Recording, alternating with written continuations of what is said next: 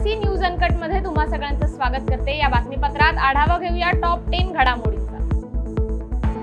आज राज्य मंत्रिमंडळाची महत्त्वाची बैठक होणार आहे। या बैठकीत सरकार 19 महत्त्वाचे निर्णय घेण्याची तयारीत असल्याची माहिती मिळाली। काजू उत्पादक शेतकरी, शिक्षण सेवकांच्या मानधनात वाढ यासारखे निर्णय घेण्याची शक्यता आहे। आज दुपारी 2 वाजता ही राज्य मंत्रिमंडळाची बैठक होणार आहे। आज कॅबिनेटमध्ये अर्थसंकल्पात केलेल्या घोषणांच्या अंमलबजावणीसाठी 19 महत्त्वपूर्ण निर्णय घेतले जाणार। व्यावसायिक अभ्यासक्रमाला प्रवेश घेणाऱ्या मुलींची 100% शुल्काची प्रतिपूर्ती होणार आहे। गरजू महिलांना रोजगारासाठी पीक ई रिक्षा उपलब्ध करून देण्याचा निर्णय होणार आहे। त्याचबरोबर शिक्षण सेवकांच्या मानधनात वाढ करण्याचा निर्णय घेतला जाणार असल्याची माहिती देखील मिळाली।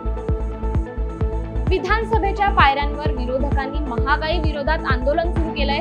महागाई नियंत्रण न ठेवणाऱ्या सरकारचा धिक्कार असून महागाई हाय हाय, राज्य सरकार हाय हाय अशा जोरदार घोषणाबाजी करत महाविकास आघाडीच्या आमदारांनी वाढत्या महागाई विरोधात विधिमंडळाच्या पायऱ्यांवर आंदोलन केले। यावेळी शिवसेना आमदार अजय चौधरी, राजन साळवी, उदयसिंग राजपूत, विलास पोतनीस उपस्थित होते।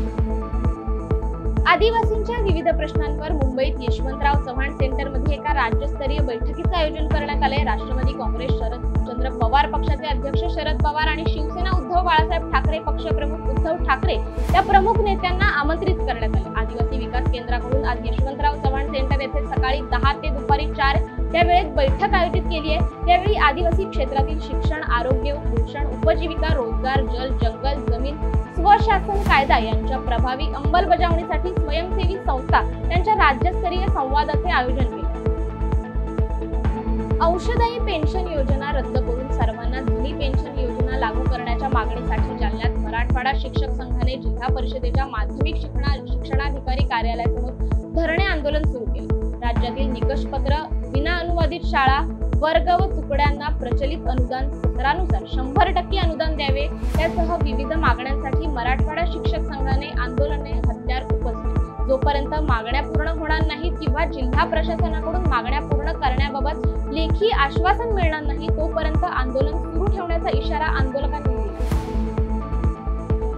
गोंदिया जिल्ह्याचे खासदार डॉक्टर प्रशांत पडोळे यांनी भंडारा शहराची पाहणी करून नागरिकांच्या आरोग्य संदर्भात माहिती घेतली। पाणी पुरवठा करणाऱ्या फिल्टर प्लांटांची पाहणी करताना खासदारांना तेथे अस्वच्छता आढळल्याने त्यांनी नापसंती व्यक्त करत अधिकाऱ्यांची कानउघडणी केली। रस्ते, उद्याने यांची दुर्दशा झाली असून याबाबत संबंधित विभागांना तातडीने सूचना देण्यात आल्याची माहिती माध्यमांशी बोलताना खासदारांनी दिली। सर्वप्रथम मी भंडारा आणि गोंदिया जिल्ह्याचा धन्यवाद करत आहे की ज्यांच्यामुळे मी इथं सदनमध्ये गेलेला आहे। पहिला अधिवेशन जी जस्ट सुरुवात झाली आहे, पहिला सेशन तिथं संपलेला आहे। आमचे राहुलजी गांधी हे नेते यांनी तिथं नीट आणि भरपूर जे आहेत मुद्दे आहेत, बेरोजगारीचे मुद्दे आहेत, महिलांचे प्रश्न आहेत, हे सगळं तिथं उपस्थित केलं आणि सोडवायचा प्रयत्न केला आहे। आपली हे सरकार आहे फक्त भूलतापा देण्याचं काम करत आहे। त्यांच्याजवळ काही मुद्दा नाही, पुराणे मुद्दे धरूनच ते रेंगाळत आहे। आज माझा इथं पहिला दिवस आहे, मी इथं आलेलो आहे आणि भंडाऱ्याची शहानिशा केलेली आहे। सगळे शिओ,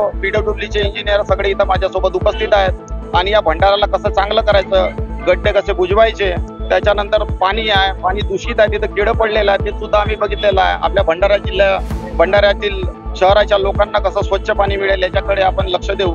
गड्डे कसे बुजवता येतील, तात्पुरते कामं, गटर लाईनचं कामं इथं झालेले नाही आहेत पूर्णपणे, त्याच्यासाठी तात्पुरती आपण त्याच्यावर करू आणि 2 महिन्यानंतर पावसाळा गेल्यानंतर पूर्ण परमनंट काम इथं होईल अशी ग्वाही आमच्या CO साहेबांनी आणि PWDच्या सगळ्या अधिकाऱ्यांनी आम्हाला दिलेलं आहे।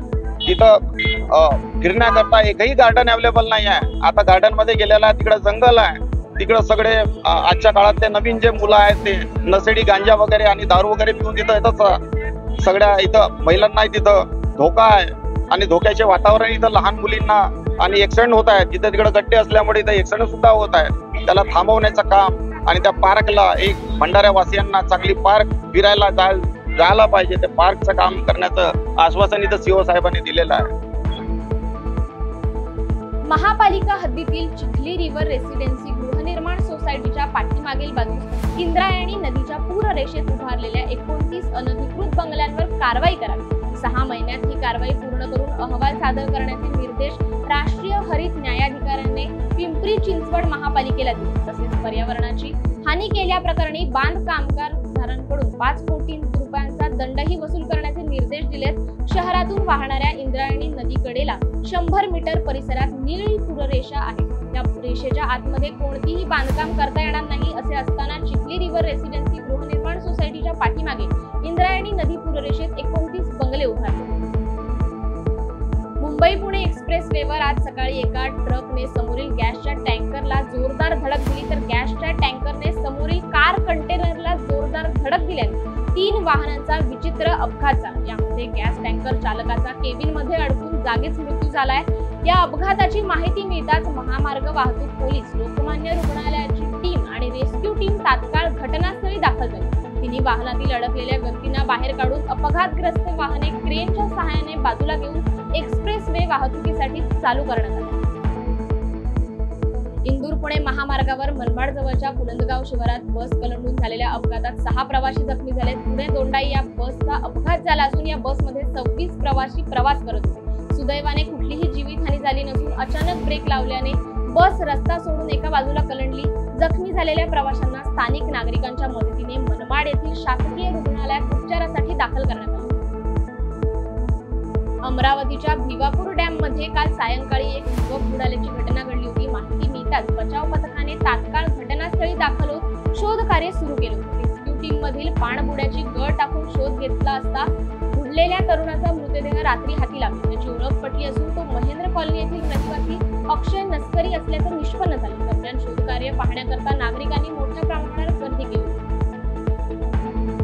सध्या मान्सूनने देश काबीज केलाय, त्यामुळे देशाच्या विविध भागात जोरदार पाऊस पडतो. कुठं कमी तर कुठं जास्त प्रमाणात पाऊस हजेरी लावत असल्याचं चित्र पाहायला मिळतं. महाराष्ट्रात देखील तशीच स्थिती आहे. दरम्यान ज्येष्ठ हवामान तज्ज्ञ माणिकराव खुळे यांनी दिलेल्या माहितीनुसार 5 जुलै ते 10 जुलैपर्यंत राज्याच्या विविध भागात जोरदार पाऊस कोसळणार आहे. या काळात पावसाची तीव्रता अधिक असल्यानं नागरिकांनी योग्य ती काळजी घ्यावी असं आवाहन त्यांनी केलंय.